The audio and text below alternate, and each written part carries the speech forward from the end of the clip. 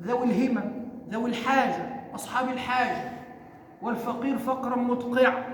وهذه الأمور قد تجعل الشيطان يوسوس للإنسان أنه حين يمشي في الطريق يتعالى على من حوله، يتكبر على من حوله بسبب مثلا منصبه، أو بسبب نوع سيارته، أو بسبب تفاخره بنسبه وحسبه إلى غير ذلك من الأمور التي تدعو إلى التفاخر والعجب بالنفس.